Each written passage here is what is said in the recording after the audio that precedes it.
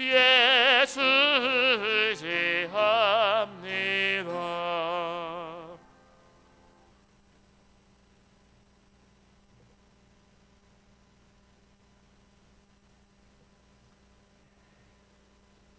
언제나 여기 서면은 늘 부담이 되고 떨리고 그렇습니다. 그렇지만 하나님께서 이와 함께 하셔서 말씀을 통해서 귀한 은혜를 받는 시간 되었으면 좋겠습니다. 우리 먼저 하나님의 말씀 창세기 12장 1절로 5절에 있는 말씀입니다. 우리가 최근에 너무 많이 본 말씀이죠. 창세기 12장 1절로 5절의 말씀인데요. 제가 홀수절을 제가 읽고요. 우리 짝수절은 우리 성도님들께서 함께 합독해 주시면 좋겠습니다. 여호와께서 아브라함에게 이르시되 너는 너의 본토 친척 아비 집을 떠나 내가 네게 지시할 땅으로 가라.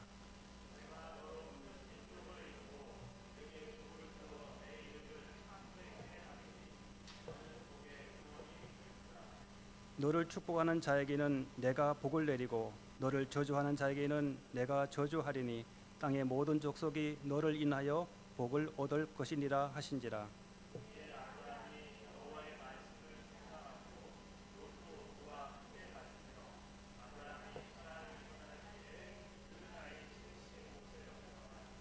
아브라함이 그 아내 사라와 조카 롯과 하란에서 모은 모든 소유와 얻은 사람들을 이끌고 가나안으로 가려고 떠나서 마침내 가나안 땅에 들어갔더라 했습니다. 벌써 2022년도 우리 시작한 지가 엊그제 같은데요. 벌써 5월하고도 마지막 날이 되었습니다.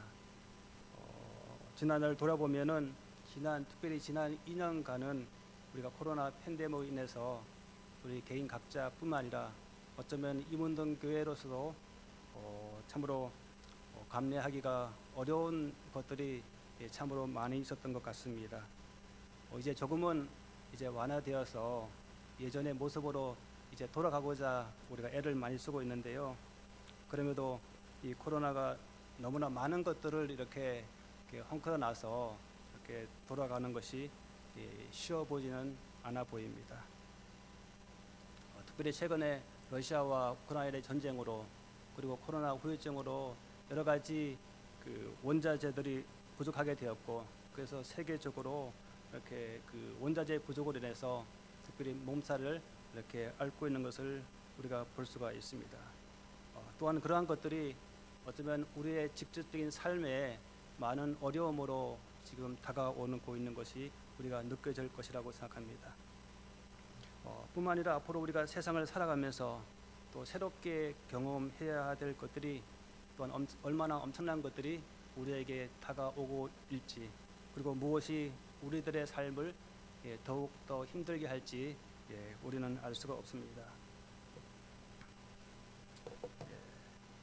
이 사진은 갯벌의 모습인데요. 제가 지난해에 안면도 연수원에 가서 안면도 앞바다에 있는 보니까 갯벌의 모습이 좀 특이해 보여서 제가 찍어 보았습니다. 어때요? 좀 어디 멋있어 보이나요? 아니면은 그냥 그런가요? 예. 제가 이 시간에 굳이 이것을 여기다가 올린 이유가 무엇일까? 그냥 올리지는 않았을 거 아닙니까?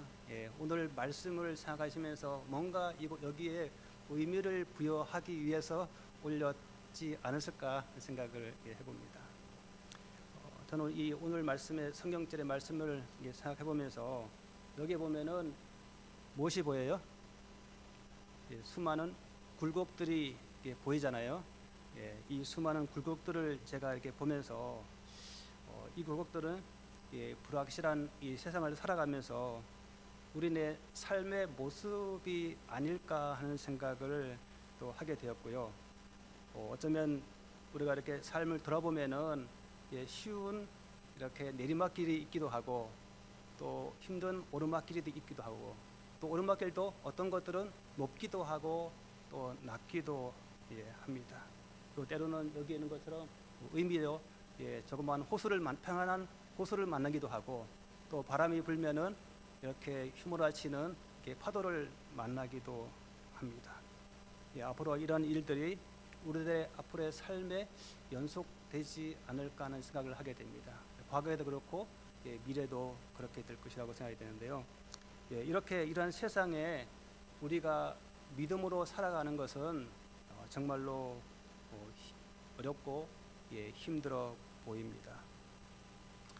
근데 여기 보시면은 또 무엇이 있을까요?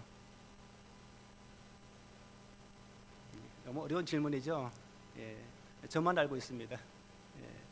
여기 보시면은 보이진 않지만은 뭐가 있어요? 환한 빛이 이렇게 비춰주고 있습니다. 모든 곳을 비춰주고 있습니다. 저는 이것을 하나님의 인도하심이라고 저는 생각을 해보았습니다. 우리가 힘들 때나 또 즐거울 때나 또 넘어 있을 때나 또 일어서 있을 때나 늘 하나님께서는 늘 우리와 함께 하신다는 것을 제가 이 사진을 보면서 다시 한번 생각하게 되었습니다. 우리는 앞으로 살아가면서 어떠한 일들이 일어날지에 대해서는 사실은 잘 모릅니다. 그런데 누구는 알 수 있어요? 우리는 잘 모르지만은 하나님께서는 이 모든 것을 다 알고 계시다고 하는 것입니다. 그렇기 때문에 우리는 늘 하나님의 뜻이 무엇인지를 잘 분별할 수 있는 우리에게 영적 식별력이 필요할 것이고, 또 하나님에 대한 믿음과 또 신뢰와 또 확신이 있어야 한다고 생각을 합니다. 서론이 좀 길었는데요.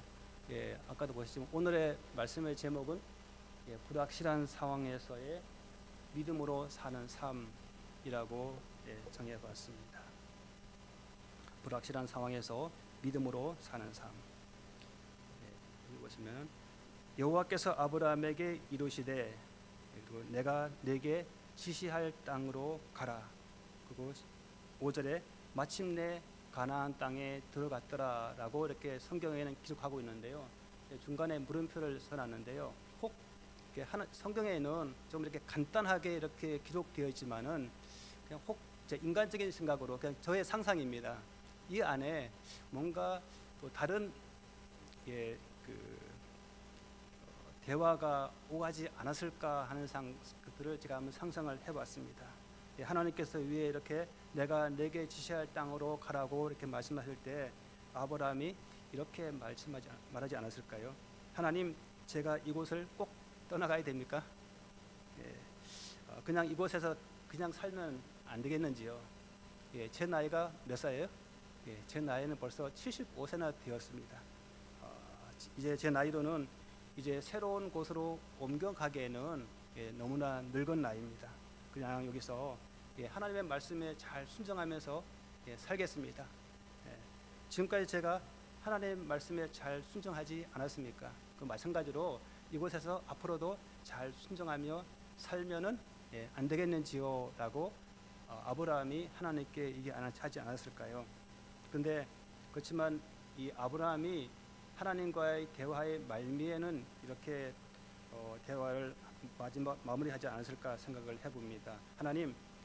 하나님께서 그럼에도 가야 한다면 지가 비록 목적지가 어디인지는 잘은 모르지만 하나님의 말씀에 순종하여 이제 이곳을 떠나도록 하겠습니다 라고 아브라함이 끝을 맺을 것 같습니다. 이 아브라함이 그 당시에 처한 상황에 대해서 이 성경 주석에는 이렇게 기록하고 있습니다. 제가 읽도록 하겠습니다. 여호와의 부르심은 아브라함이 과거와 완전히 단절할 것을 요구했다. 그는 하란뿐 아니라 우르의 위치에 있던 두 강 사이의 땅인 메소포타미아를 떠나야 했을 뿐 아니라 가족의 결혼과 심지어 그의 아비의 집까지도 포기하고 자신의 혈족에게로 결코 돌아가지 말아야 했다. 그것은 가혹한 시험이었다. 하란과 우르는 똑같은 문명과 생활 수준을 공유하고 있었다. 그 두 강 사이의 땅을 떠나서 수리아와 팔레스타인으로 건너갈 때 이 모든 것은 즉시 바뀔 것이었다. 그는 비옥한 목초지 대신에 몹시 숲이 울창하고 산이 많은 지역을 만나게 될 것이었다. 고도의 문명을 지닌 친족들 사이에서 사는 대신에 물질적으로 열등한 문화와 특히 타락한 종교를 가진 족속들 사이에서 체류할 것이었다. 아브라함이 그의 사랑하는 본토 곧 그의 평생을 보냈고 숱한 정다운 교분으로 구별된 그 땅과의 모든 유대를 끊는 것은 쉽지 않을 것임에 틀림없다. 여기 보면은 그의 평생을 보냈고 숱한 정다운 교분으로 구별된 그 땅의 모든 유대 관계를 끊는 것은 결코 쉬운 일이 아니었다. 그리고 중간에 보면은 그것은 어떠한 것이었어요? 가혹한 아브라함에게 아주 가혹한 시험이었다고 이렇게 성경 주석은 기록하고 있습니다. 우리가 우리 자신이 소유하고 있거나 또한 또 누리고 있는 것을 포기하는 것은 또 그리고 또한 미처 우리가 경험해 보지 못했던 것을 새롭게 도전한다는 것은 결코 쉬운 일이 아니라고 생각이 됩니다. 물론 또 어떤 사람들 중에서는 도전을 좋아하는 사람들도 있을 것입니다. 그러나 대부분의 사람들은 현재 있는 익숙한 것이 편하고 또한 좋게 느껴질 것이라고 생각합니다. 불확실한 것에 대한 불안감이 있기 때문에 새로움에 대한 불안이 있는 것은 사실이라고 생각합니다.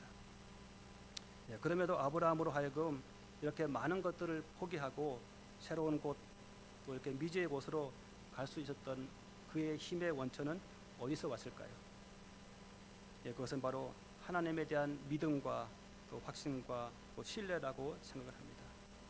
그가 하나님께서 어디로 가라고 할지도 모름에도 그가 떠났기 때문에 믿음의 조상이 된 것이 아니라 그의 평상시의 삶이 하나님과 깊은 관계였으며 또한 하나님과 늘 동행하는 삶이었기에 가능하게 되었다고 생각합니다. 부조와 선지자는 평상시에 그 아브라함의 삶을 이렇게 기록하고 있습니다. 126쪽에 있는 말씀인데요. 우상 숭배는 사방에서 그를 유혹하였으나 후사였다. 신실치 못한 자들 가운데서 신실하며 만연하고 있는 배교에도 부패하지 않은 채 그는 유일하신 참 하나님을 예배하는 일을 끝까지 고수하였다. 아무런 유혹이 왔지만은 그는 온전히 하나님을 붙들고 유일하신 참 하나님을 예배하는 일을 끝까지 고수하였다고 말씀하고 있습니다. 특별히 바벨탑 사건 이후에 우리가 교과 공부를 하면서 느낀 것처럼 이후에 이 수많은 사람들이 여러 곳으로 흩어졌죠. 그런데 또다시 뭐가 생겼어요? 우상 숭배가 온 곳에 만연하게 되었다고 하는 것입니다. 또한 이 아브라함이 살고 있는 이곳도 역시 우상 숭배와 도덕적으로 많이 타락하는 곳이 되었다고 하는 것입니다. 그런데 이곳을 또 나와야 되는 이유는 무엇일까요? 그곳은 바벨론이기 때문입니다. 그곳이 바벨론이기 때문에 그곳에 살면서 심지어 택함을 받았다고 하는 그의 아버지 데라와 그의 가족들조차도 그 유혹에 넘어가는 것들을 우리가 볼 수가 있습니다. 이사야 선지자는 이곳에 대해서 이렇게 기록하고 있습니다. 이사야 13장 19절의 말씀인데요. 열국의 일왕이요 갈대아 사람의 자랑하는 노리개가 된 바빌론이 하나님께 멸망당한 소돔과 고모라 같이 되리니. 이 지역이 뭐같이? 소돔과 고모라 같이. 이 소돔 고모라도 보니까 바빌론 바로 위쪽에 그렇게 그리 멀지 않는 곳에 있더라고요. 아마 그리고 마지막 때를 살아가는 또 우리들에게도 우리 잘 아는 말씀인데요. 계시록 18장 4절에 내가 들으니 하늘로서 다른 음성이 나서 가로되 내 백성아 거기서 나와 그의 죄에 참여하지 말고 그의 받을 재앙들을 받지 말라. 여기서 거기가 어디예요? 바벨론입니다. 오늘날 우리 살아가면서 바벨론에서 나오라고 말씀하고 있습니다. 오늘날 세상에 진행되는 것들을 볼 때 이제 세상은 거의 끝이 다가오는 것 같은 생각이 많이 들어집니다. 마지막 때 우리에게 유의 것처럼 우리에게 이렇게 말씀하고 있습니다. 어디에서 나오라고요? 예, 바벨론에서 나오라고요. 우리는 이 말씀을 너무나 많이 들었고 또 잘 알고 있으면서도 정말 우리의 삶을 돌아볼 때 정말 우리는 바벨론에서 나와 있는 삶을 살고 있는가? 저 자신을 이렇게 돌아보면은 여전히 우리는 바벨론에서 나와야 된다는 것을 머리로는 이해하고 있지만은 우리의 몸은 여전히 바벨론에서 헤매고 있는 우리들의 모습들을 자주 보게 됩니다. 믿음은 위기 때에 드러나는 것이지 위기로 인해서 믿음이 만들어지는 것은 아니라고 하는 것입니다. 하나님께 대한 믿음과 신뢰가 있었기 때문에 어쩌면 인간적으로 생각할 때에 또 말도 안 되는 그 무리한 말씀이었지만 아브라함은 그 명령에 순종할 수 있었다고 생각이 됩니다. 부조와 선지자 126쪽에는 이렇게 말씀하고 있습니다. 아브라함에게 임한 시험은 가벼운 것이 아니었고 그에게 요구되는 희생도 작은 것이 아니었다. 그를 조국과 친족과 고향에 붙들어 매는 강한 줄이 있었다. 그러나 그는 부르심에 순종하기를 주저하지 않았다. 그는 약속의 땅에 관하여 묻지 않았다. 곧 토지가 비옥하고 기후가 건강에 적합한지, 그리고 그 지방은 유쾌한 환경을 제공하며 재물 쌓을 기회를 줄 것인지 묻지 않았다. 하나님께서 말씀하셨으므로 그분의 종은 순종하여야 했다. 그에게 있어서 이 세상에서 가장 행복한 곳은 하나님께서 부러 있기를 원하시는 곳이었다. 아브라함도 이 재물에 대해서 사람이라고 생각하면 다 재물들을 좋아하잖아요. 그런데 불구하고 아브라함은 그곳이 정말 재물을 쌓을 곳이 적합한지, 또 우리 또 나이 드시면서 또 건강이 굉장히 중요하잖아요. 건강은 하게 살 수 있는 곳인지 그러한 것들을 묻지 않았다고 하는 것입니다. 여기서 하나님께서 말씀하셨으므로 그분의 종은 순종하였다. 그래서 그에게 이 세상에서 가장 행복한 곳은 하나님께서 부러 있기를 원하는 곳이었다. 그렇습니다. 하나님께서는 우리들에게 당신이 무슨 일을 행하고 계시든지를 말씀해 주시지 않으십니다. 단지 하나님이 어떤 분이신지를 우리에게 여러 모양으로 우리에게 말씀해 주고 있습니다. 세상은 점점 더 어려워지고 있습니다. 그러나 분명한 것은 여전히 하나님께서 이 지구를 붙들고 계시고, 그 붙들고 계시는 것이 과거에도 그런 것처럼 오늘도 여전히 붙들고 계시고 미래에 우리와 늘 함께 하실 것이라는 것을 우리는 말씀으로 확신할 수가 있다고 생각이 됩니다. 단지 우리가 이러한 것들을 생각하면서 우리가 날마다 하나님의 뜻을 구하며 그분의 뜻을 쫓아서 최선을 다해서 우리가 살아가는 것이 우리의 삶이 아닐까 생각해 봅니다. 우리에게는 우리 교회 건축이라는 큰 도전에 직면해 있습니다. 언제쯤 이 교회 건축이 이루어질까? 건축함에 있어서 혹 큰 어려움은 없이 이 교회 건축이 잘 진행될 수 있을까? 정말 어쩌면 이러한 불확실한 상황에 우리 교회가 직면해 있는데요. 제 사진은 아닙니다. 혹 우리 교회 건축과 관련돼서 우리 염려가 되시나요? 아니면은 염려가 되지 않으시나요? 그러면은 염려하는 것이 맞을까요? 염려하지 않는 것이 맞을까요? 네?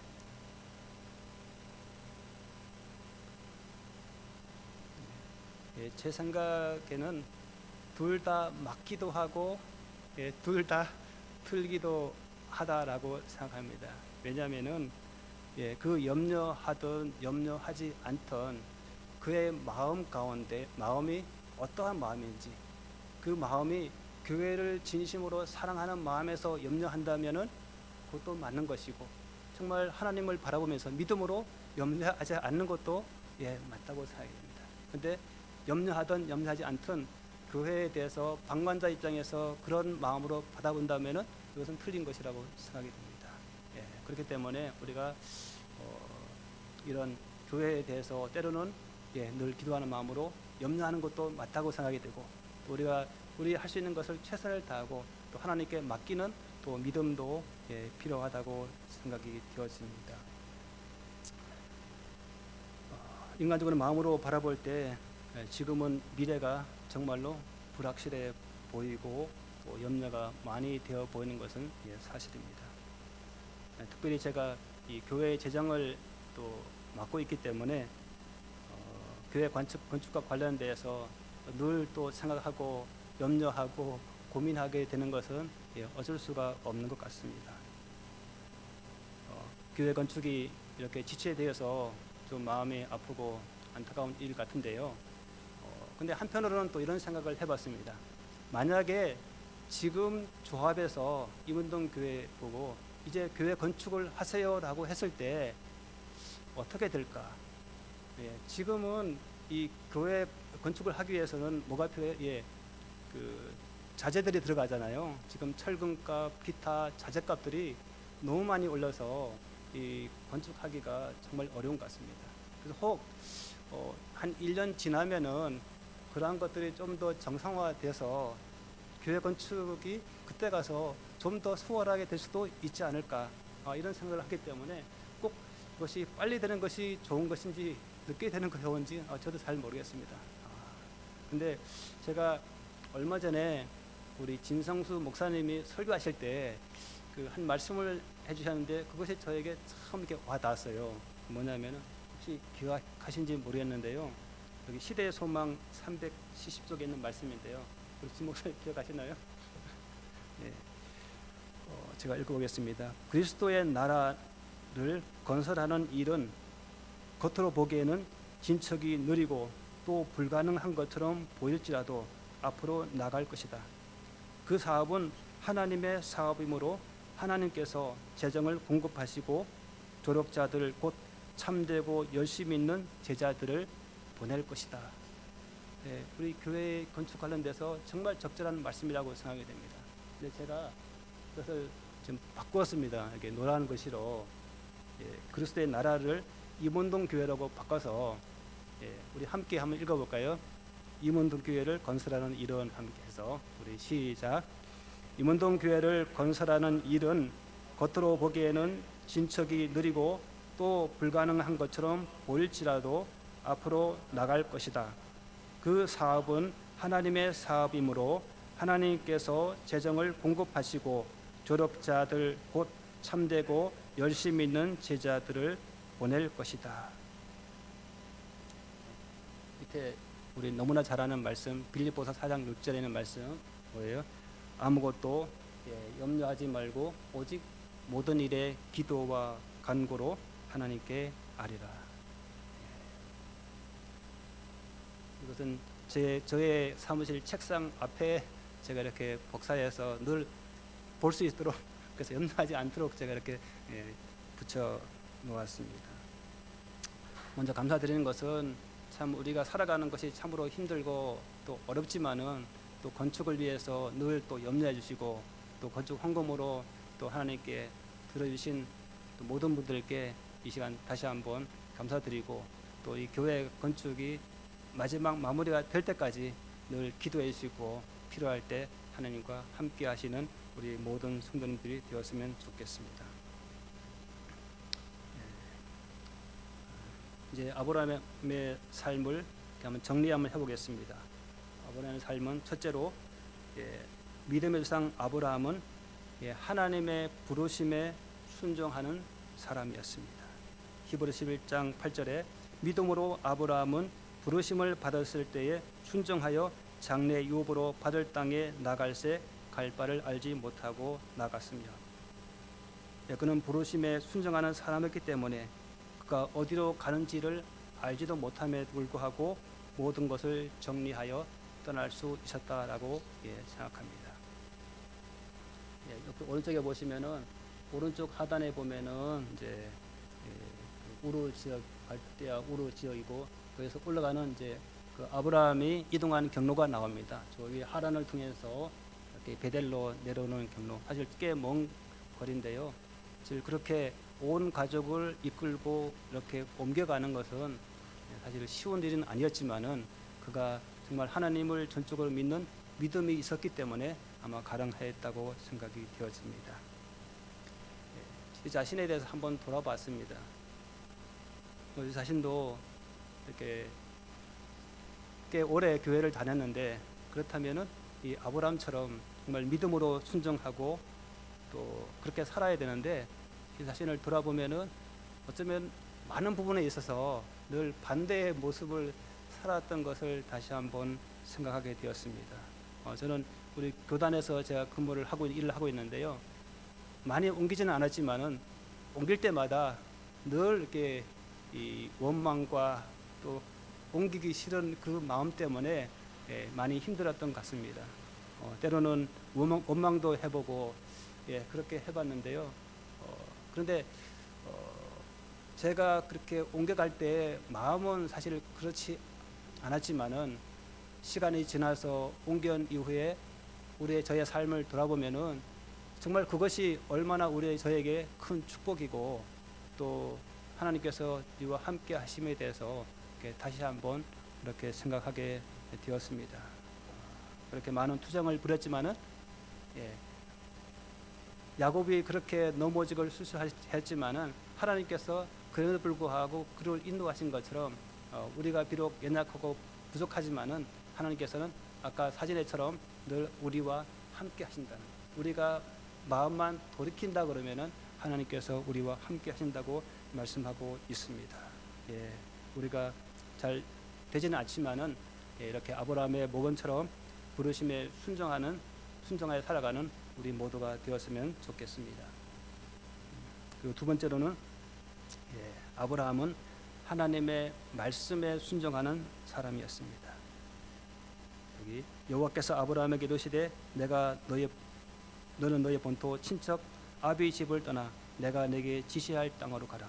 아브라함이 그 아내 사라와 조카 롯과 하란에서 모은 모든 소유와 얻은 사람들을 이끌고 가나안 땅으로 가려고 떠나서 마침내 가나안 땅에 들어갔더라. 하나님께서 지시할 땅으로 가라고 명령하셨지만은 그 땅이 어디인지도 말씀해 주시지 않았습니다. 그럼에도 불구하고 아브라함은 그 가라는 명령에 순종하였다고 하는 것입니다. 어쩌면 아브라함은 이해가 되지 않고 때로는 유익이 되어 보이지 않는 명령이었지만은 하나님의 말씀을 따르고 전적으로 따르고 순종하였다고 하는 것입니다. 아브라함은 자신의 경험이나 또 생각, 또 자신의 판단에 대해서 그러한 나이나 여러 가지 것들을 본인이 생각하는 것들을 고려하지 않고 그것들은 다 포기하고 하나님의 말씀에 쫓아갔다고 하는 것입니다. 그리고 세 번째로 믿음의 조상 아브라함은 하나님의 약속을 믿고 확신하는 사람이었습니다. 하나님의 약속을 믿고 확신하는 사람이었습니다. 창세기 15장 6절의 말씀인데요. 아브라함이 여호와를 믿으니 여호와께서 이를 그의 의로 여기시고, 그 아내 사라가 나이가 많아서 경수가 끊어졌기 때문에 뭘 할 수가 없어요. 자녀를 낳을 수가 없는 것을 알고 있음에도 하나님께서 뭐라고 하세요? 사라를 통해서 자녀를 낳을 것이라고 하는 것을 뭐 했다고요? 믿었다고. 과연 우리에게 지금 그러한 우리의 신체 구조를 가졌는데 누군가가 우리에게 그렇게 말할 때 믿을 수 있는 사람이 과연 누가 있을 것인가? 그런 것들을 볼 때 이 아브라함의 믿음이 얼마나 대단한지를, 물론 그가 또 실수하고 넘어졌지만은 순간순간 하나님에 대한 그 믿음은 굉장했다는 생각을 하게 됩니다. 그래서 하나님께서는 그 아브라함의 그 모습을 뭐라고요? 의로 여기셨다고 말씀하고 있습니다. 여기서 이 의라고 하는 것은 옳은 것을 옳다고 하는 것입니다. 아브라함이 하나님의 믿음에 대해서 너의 믿음이 뭐하다? 옳다고 하는 것입니다.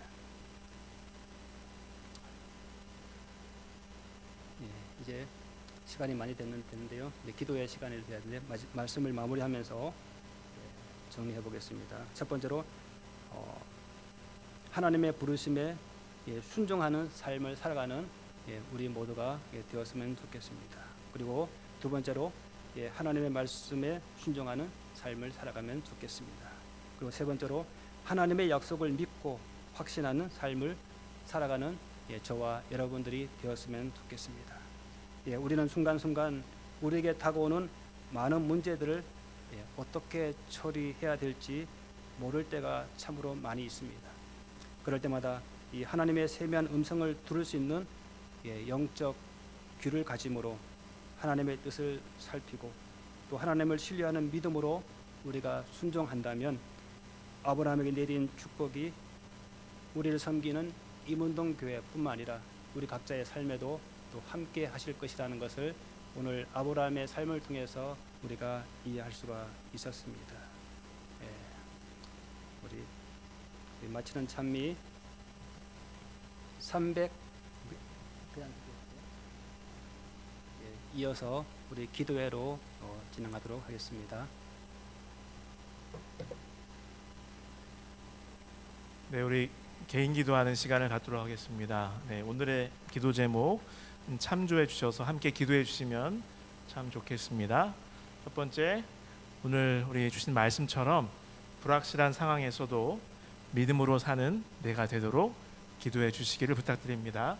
두 번째, 우리 27일 앞으로 다가온 상반기 대전도회 총 주제는 소망이지요. 6월 27일부터 7월 2일까지 펼쳐지는 말씀의 잔치를 위해서 기도해 주시기 바랍니다.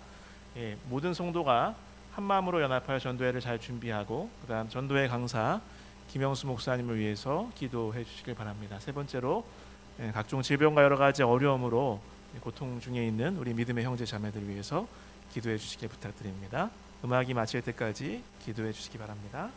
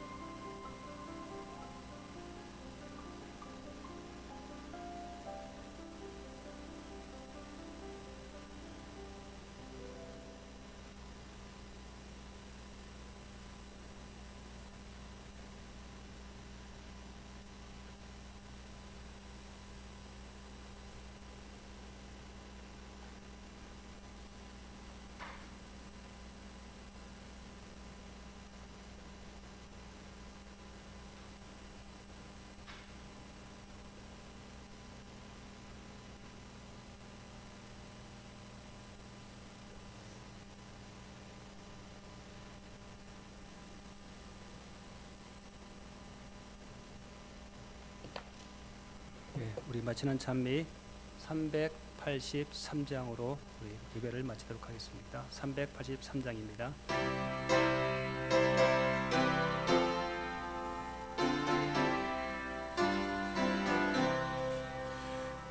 예수만 바라보세, 예수만 쳐다보세.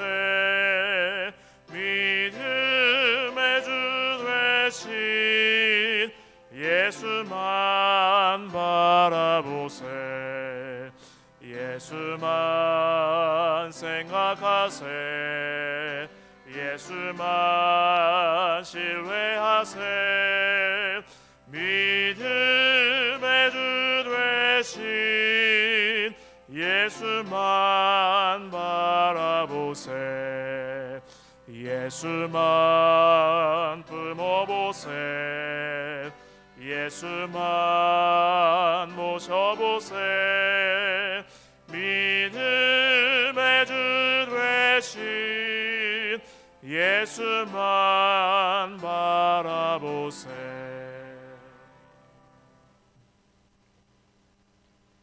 하늘에 계시는 아버지 하나님, 아브라함의 삶의 모분을 통하여 우리가 불확실한 세상을 살아갈 때에 어떤 모습으로 살아갈지에 대하여 권면해 주시니 감사를 드립니다. 여전히 부족한 우리들의 삶의 모습이지만 하나님의 말씀에 순종하며 순종하고 또 말씀 따라서 우리가 살아감으로 우리가 세상을 살아갈 때에 때로는 어려운 일들을 만날지라도 날마다 승리하는 우리의 삶이 될 수 있도록 주님이 인도하여 주시옵소서. 저희들 이제 전도회가 얼마 남지 않았습니다.